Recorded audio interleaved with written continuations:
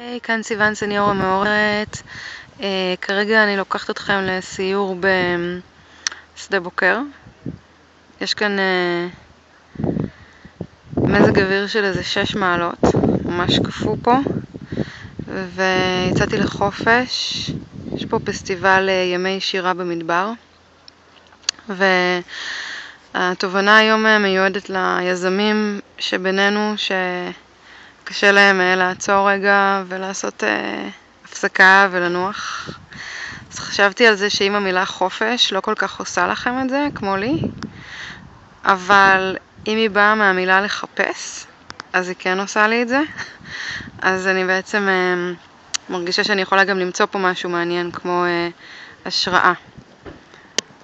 אז הנה המשך חופש נעים ויפה ושקט.